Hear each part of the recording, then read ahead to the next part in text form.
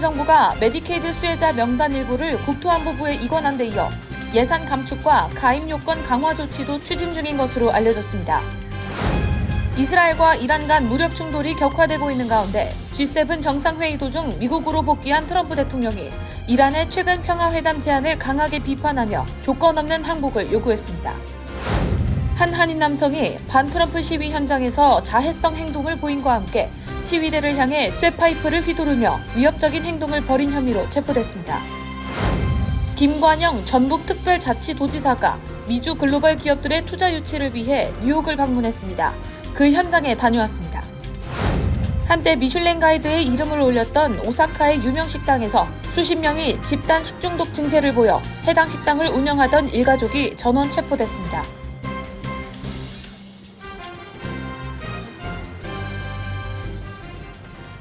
헬문스버그의 최우선의 목표는 최고의 고객 서비스를 제공하는 것입니다. 전문 세일즈팀과 함께하는 고급 쇼룸에서 여러분이 좋아하는 머세디스-벤츠 모델을 만나보실 수 있습니다. 헬문스버그와 함께라면 완벽한 차량을 찾는 데 필요한 모든 것이 준비되어 있습니다.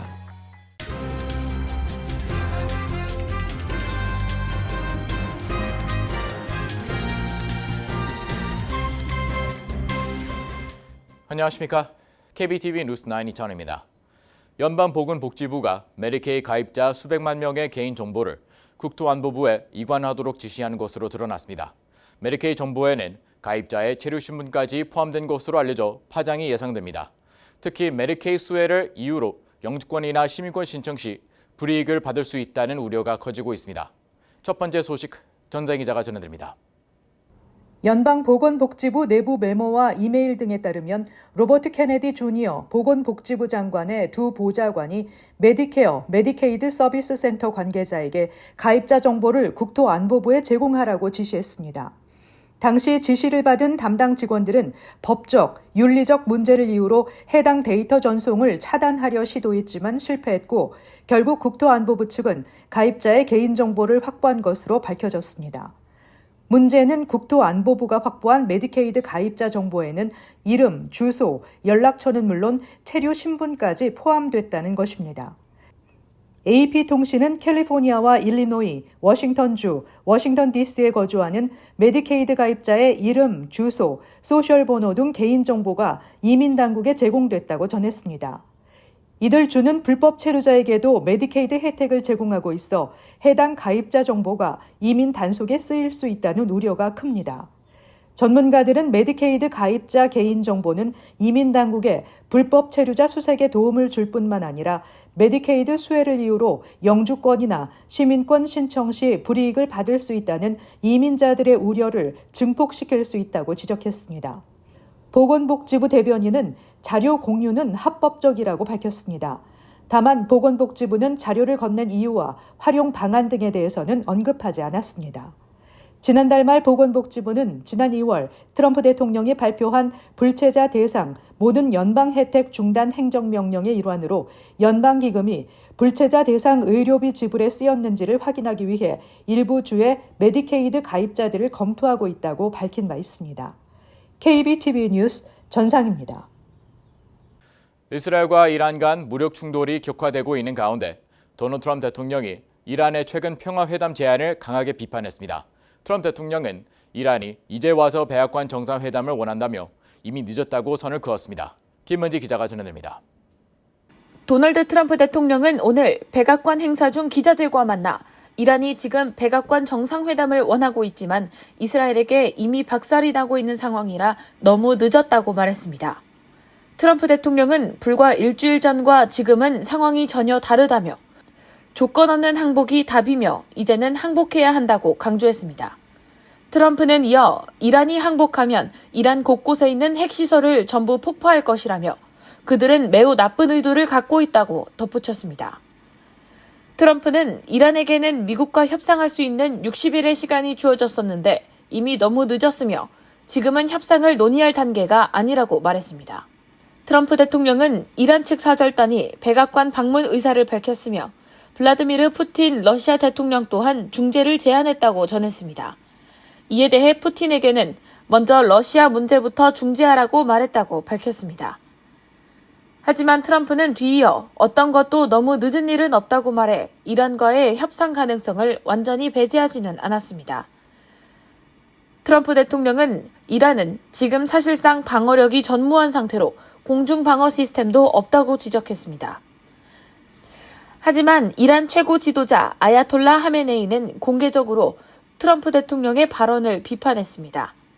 아야톨라 하메네이는 자신의 소셜미디어 X를 통해 미국 대통령이 우리에게 위협을 가하고 있다며 이란 국민에게 항복을 요구하지만 우리는 그런 위협에 굴복하지 않는다고 밝혔습니다.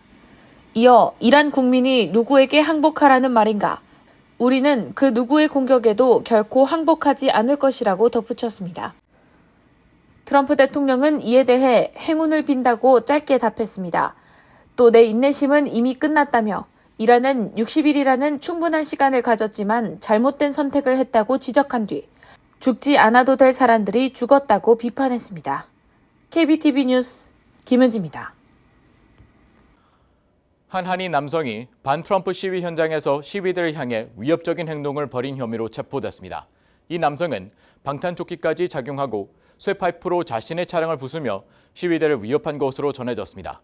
경찰은 현장 감시 카메라와 영상 증거를 확보했습니다. 자세한 소식 전장 기자가 전해드립니다. 인디애나주 블루밍턴에서 열린 노 킹스 반 트럼프 시위 도중 한인 김모 씨가 자해성 행동과 함께 쇠파이프를 휘두르며 시위대를 위협하다 체포됐다고 언론이 보도했습니다. 보도에 따르면 지난 14일 인디애나주 블루밍턴 시내 중심가인 노스 월넛 스트리트과 웨스트 커크우드 애비뉴 교차로 인근에서 블루밍턴에 거주하는 김 씨는 현장에 차를 세운 뒤 쇠파이프를 들고 자신의 차량 유리창을 부수기 시작했습니다. 이를 목격한 시위 참가자들과 시민들은 경악했지만 김 씨는 아랑곳하지 않고 시위대 방향을 향해 위협적으로 금속 막대기를 휘두르며 물러서라고 고함을 질렀다고 복수의 목격자들이 진술했습니다. 현장에 있던 한 시민은 김 씨가 옆에 놓여있던 배낭 쪽으로 손을 뻗자 그 안에 총기나 다른 무기가 있을 수 있다고 판단해 곧바로 그를 제압했다고 밝혔습니다. 경찰은 현장 인근 감시 카메라와 영상 증거를 확보했으며 목격자들의 진술을 사실로 확인했습니다. 영상에는 김 씨가 전술용 방탄조끼를 바닥에 내려놓는 장면도 담겨 있었으며 실제로 조끼 안에는 방탄 패널이 삽입돼 있었던 것으로 확인됐습니다. KBTV 뉴스 전상입니다. 김관영 전북특별자치도지사가 미주 글로벌 기업들의 투자 유치를 위해 뉴욕을 방문했습니다. 대뉴욕지구 호남향후는 17일 오후 5시 뉴욕시 그레이넥 레너드 연회장에서 김관영 전북지사의 뉴욕 방문 환영회를 열었습니다. 현장에 전장 기자가 다녀왔습니다. 행사에서 유시연 호남향후 회장은 환영사를 통해 이국 땅 뉴욕에서 우리가 나고 자란 고향의 지사님을 맞이하니 반갑고 기쁘다며 미주 호남인들도 힘을 합해 고향 발전을 적극 지원할 것이라고 말했습니다. 이어서 박면수 고 찰스 랭글 의원 후원 회장은 김 지사 프로필을 전하면서 성균관대 경영학과를 졸업한 김 지사는 공인회계사 시험, 행정고시, 사법시험에 모두 합격한 수재라며 2선 국회의원을 거쳐 전북도지사에 오른 김 지사는 미래 한국을 이끌 정치 지도자라고 소개했습니다.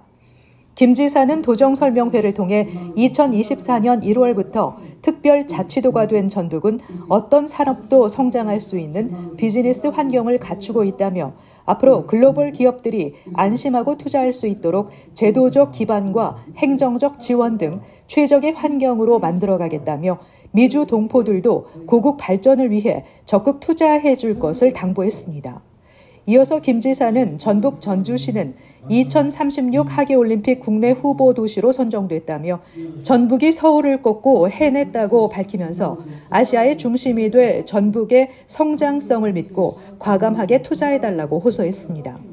한편 이날 행사에서 전북 장수 출신인 임마철 민화협 대표 상임의장은 고국의 평화 통일을 위해 뭉치자며 건배 제의를 해 분위기를 고조시켰습니다. 또 필라델피아에서 뷰티 서플라이 업체 NFBS를 운영하는 나상규 사장은 고향사랑 장학금 $10,000를 김 지사에게 전달해 훈훈한 분위기를 연출했습니다. 전북 고창 출신인 나 사장은 미주 뷰티 서플라이 총연합회 총회장으로 활동하고 있습니다. 행사장에서는 전라북도와 뉴욕 한양마트 간 업무 협약식도 열려 김 지사와 한택선 한양마트 회장이 서로 농림축산식품 수출입 업무 협약서를 교환하기도 했습니다. 한때 미슐랭 가이드에 이름을 올렸던 일본의 유명 식당에서 집단 식중독 사고가 발생해 해당 식당을 운영하던 일가족이 전원 체포됐습니다.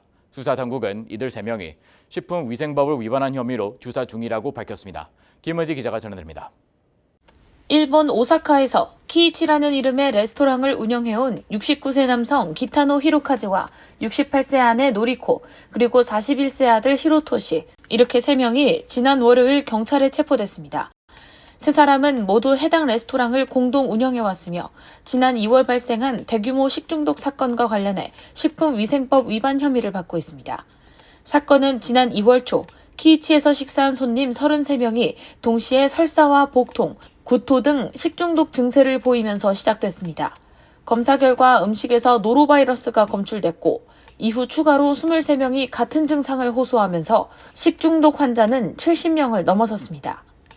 이에 따라 관할 보건당국은 2월 중순 해당 식당에 영업정지 명령을 내렸으며 사태가 심각해지자 3월까지 영업정지 조치를 연장했습니다. 경찰은 이번 집단 식중독 사태의 원인이 식재료 자체가 아닌 부실한 위생관리에 있다고 보고 수사에 착수했습니다. 결국 미슐랭 가이드 레스토랑인 키이치 측은 위생관리 소홀을 인정했습니다. 해당 레스토랑은 지난 3월 말 공식 홈페이지를 통해 이번 사태를 무겁게 받아들이고 진심으로 유감을 표한다며 앞으로 위생관리 체계를 철저히 보완하고 강화를 통해 식품 안전을 최우선으로 하겠다고 밝혔습니다. 키이치는 2010년대 미슐랭 가이드 간사이 지역에서 별 하나를 받은 바 있으며 이후 리스트에서 제외되기도 했습니다. 노로바이러스는 최대 이틀간의 잠복기를 거친 뒤 구토와 오한, 설사, 복통 등의 증상이 나타날 수 있는데 이를 예방하기 위해서는 철저한 손 씻기와 과일과 채소도 깨끗이 씻어 먹기가 중요합니다. 특히 음식을 조리할 때 식재료의 중심부 온도가 화씨 75도 이상이 되도록 한 뒤 내부까지 충분히 익혀 먹는 것이 좋습니다. KBTV 뉴스 김은지입니다. 트럼프 행정부가 닷새 만에 농장과 식당, 호텔 업종에 대한 일터 급습 중지 명령을 번복하고 예외 없는 일터 단속과 불법 체류자 체포 추방 작전을 선언했습니다.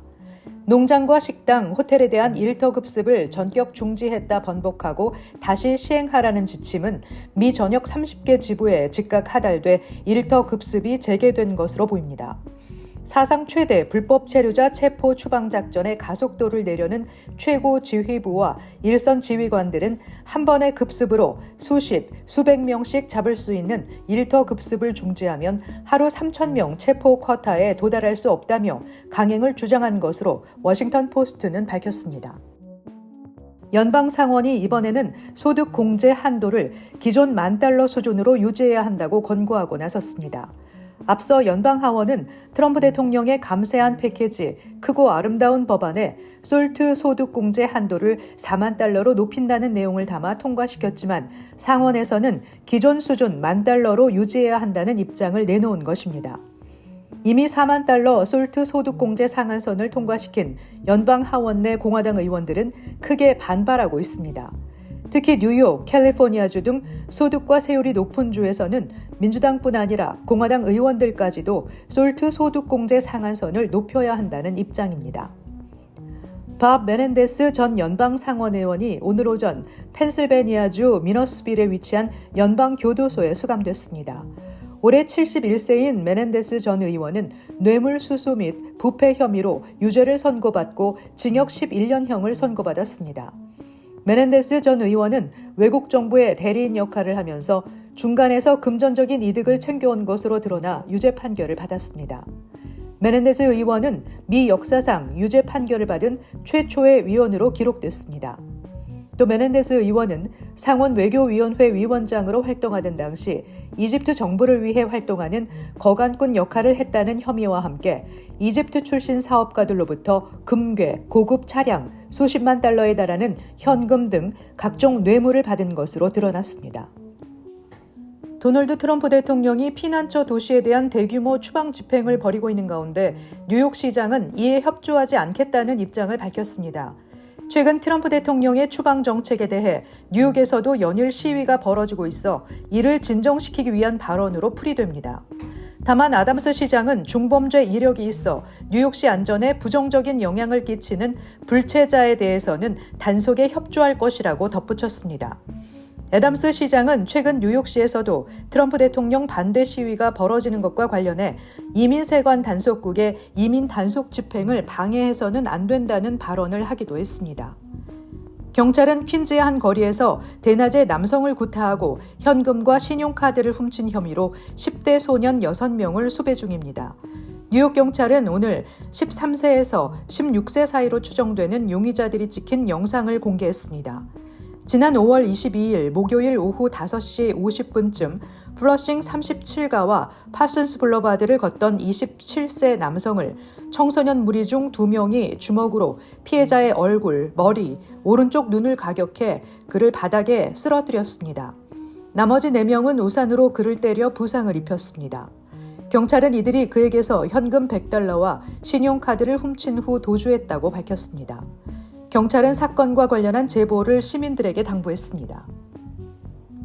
잠시 후 커뮤니티 브리핑을 전해드립니다.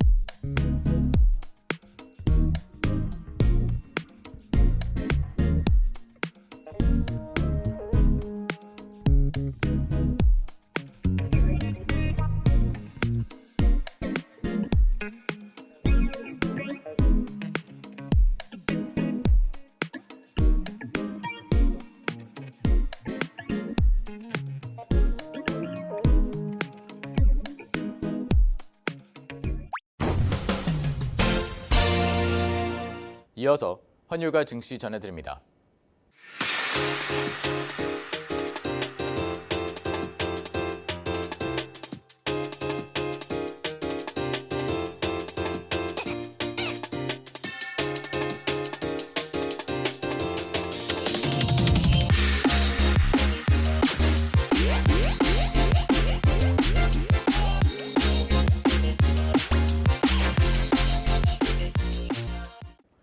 잠시 후 뉴욕과 뉴저지 날씨 전해드립니다.